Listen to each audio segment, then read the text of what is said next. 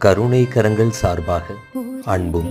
அன்னமும் என்பதன் அடிப்படையில் திரு வி வேலுமணி திருமதி மணிமேகலை தம்பதியரின் அன்பு திருமகள் இன்று முதல் அகவை தினத்தில் அடியெடுத்து வைக்கும் குழந்தை செல்வி